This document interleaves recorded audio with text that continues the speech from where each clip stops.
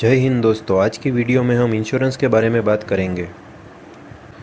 तो दोस्तों, हम सब कार या बाइक खरीदते हैं तो पहले हम उसका इंश्योरेंस करवाते हैं, उसके बाद ही हम उसे चलाते हैं। क्योंकि अगर हम उसका इंश्योरेंस नहीं करवाते हैं तो हमें बड़ा सा चालान भरना पड़ सकता है। इसकी वजह से हम उसका इंश्योरेंस करवाते हैं, किंतु हम हमारी लाइफ और हेल्थ का इंश्योरेंस नहीं करवाते हैं। इवन हम जानते हैं कि कार या बाइक किसी एक्सीडेंट की वजह से डैमेज हो गए तो उसे हम रिप्लेस कर सकते हैं, किंतु भगवान ना करे अगर किसी एक्सीडेंट की वजह से हमारी डेथ हो गई तो हम उसे रिप्लेस नहीं कर सकते हैं। फिर भी हम लाइफ और हेल्थ इंश्योरेंस नहीं करवाते हैं। और ये लाइफ और हेल्थ इंश्योरेंस बाइक और कार के इंश्योरेंस की कंपैरिजन में सस्ते भी है। फिर भी हम कंपलसरी ना होने की वजह से उसे नहीं खरीदते हैं। किंतु दोस्तों, ये भूल मत करो, क्योंकि लाइफ और हेल्थ इंश्योरेंस आपके बाइक और कार के इंश्योरेंस की तुलना में ज़्यादा इम्पोर्टेंट है। क्योंकि भगवान ना करे किसी वजह से आपको कुछ हो जाता है तो आपके ऊपर आपकी जो फैमिली है वो फाइनेंशियली डिपेंड है। तो आपको अचानक कुछ हो जाने से आपकी फैमिली को फाइनेंशियली बहुत प्रॉब्लम हो सकती है। तो इसलिए आपको लाइफ और हेल्थ इंश्योरेंस खरीदना आवश्यक है। क्या आपको पता है कि हम लाइफ इंश्योरेंस क्यों नहीं खरीदते हैं? तो इसके पीछे 3 रीज़न है। पहला, या तो हमें पता नहीं है कि हमें लाइफ इंश्योरेंस क्यों खरीदना चाहिए। दूसरा, या तो हमें लाइफ इंश्योरेंस बहुत ही महंगा लगता है। और तीसरा, या तो फिर हमें इसकी ज़रूरत नहीं लगती है। तो इस वीडियो में हम इन सब के बारे में बात करेंगे। अब हम बेसिक से समझते हैं कि इंश्योरेंस क्या है, टर्म इंश्योरेंस क्या है। तो पहले हम ये जान लेते हैं कि इंश्योरेंस का पर्पस क्या है। इंश्योरेंस एक कॉन्ट्रैक्ट है जिसमें हमें इंश्योरेंस प्रोवाइडर को थोड़ी सी फीस पे करनी पड़ती है और उसके बदले में वो हमारी लाइफ के रिस्क को कवर करता है। यानी कि कोई इमरजेंसी सिचुएशन में फाइनेंशियली हमारी फैमिली को सपोर्ट देता है। इंश्योरेंस एक कॉन्ट्रैक्ट है जिसमें हम थोड़ी सी फीस पे करते हैं, जिससे इंश्योरेंस प्रोवाइडर हमारी फैमिली को फाइनेंशियली सपोर्ट प्रोवाइड करता है। अब हम टर्म लाइफ इंश्योरेंस के बारे में बात करते हैं।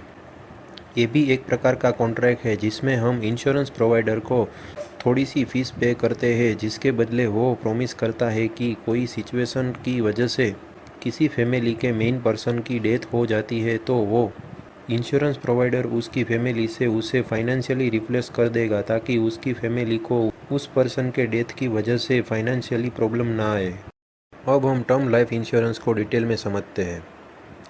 मान लीजिए कि आज आप आपकी फैमिली के मेन अर्नर हैं, किंतु आप हमेशा के लिए मेन अर्नर नहीं रहेंगे। क्योंकि आपके चिल्ड्रन फ्यूचर में जब बड़े होंगे तो वो भी अर्निंग करने लगेंगे। तब आपकी फैमिली आपके अर्निंग पर डिपेंड नहीं होगी।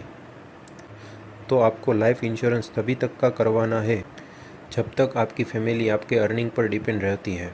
तो इसके लिए आपको टर्म लाइफ इंश्योरेंस की आवश्यकता पड़ेगी।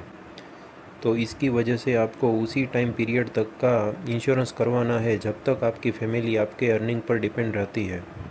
उसके बाद का आपको लाइफ इंश्योरेंस करवाने की ज़रूरत नहीं है। इस तरह आपको टर्म इंश्योरेंस करवाना चाहिए।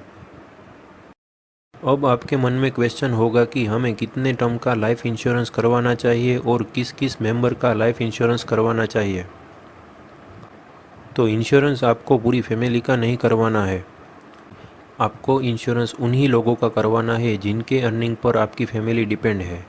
इन शॉर्ट, जो भी आपकी फैमिली में अर्निंग करता है उनका आपको लाइफ इंश्योरेंस करवाना है। क्योंकि आपकी फैमिली के बाकी मेंबर्स इन अर्निंग मेंबर्स के पैसों पर फाइनेंशियली डिपेंड है, इसलिए। अब कितने टर्म का लाइफ इंश्योरेंस करवाना चाहिए उनके बारे में बात करते हैं। मान लीजिए कि आपकी आज की एज 30 ईयर है और आपके चाइल्ड की एज 1 ईयर है।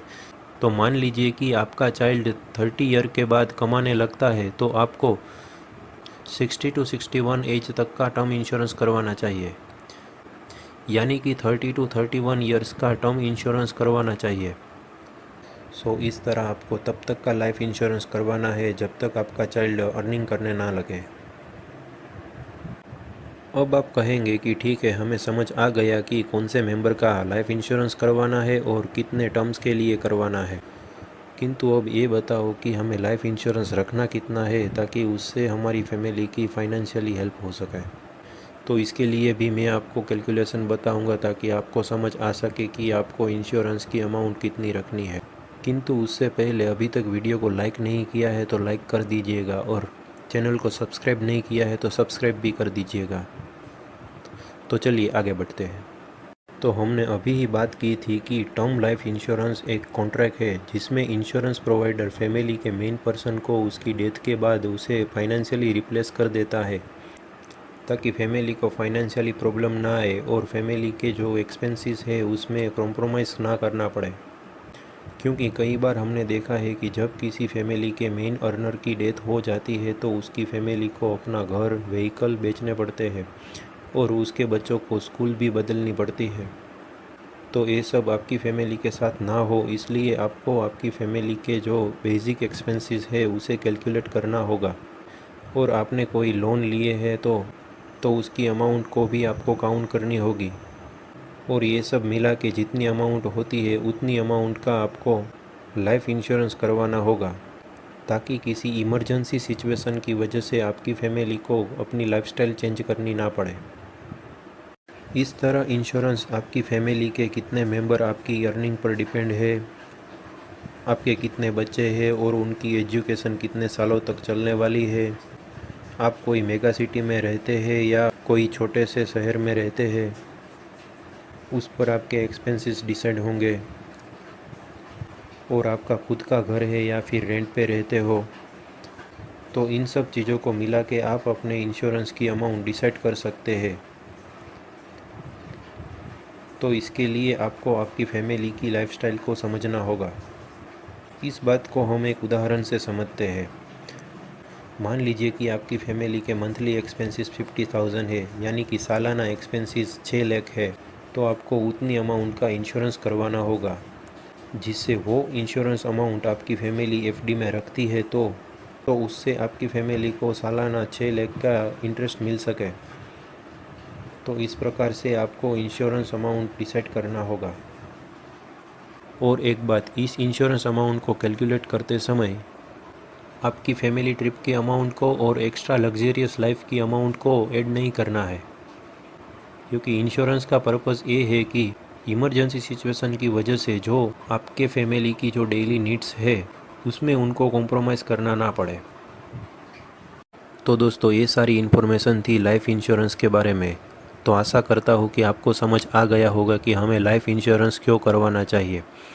आपको वीडियो अच्छी और इन्फॉर्मेटिव लगी हो तो लाइक, शेयर और कमेंट ज़रूर करना, और चैनल को सब्सक्राइब नहीं किया है तो सब्सक्राइब कर देना, ताकि ऐसी ही आने वाली वीडियो आप तक पहुंचती रहे। तो चलिए दोस्तों, नेक्स्ट वीडियो में मिलते हैं एक नई इन्फॉर्मेटिव वीडियो के साथ। तब तक के लिए जय हिंद।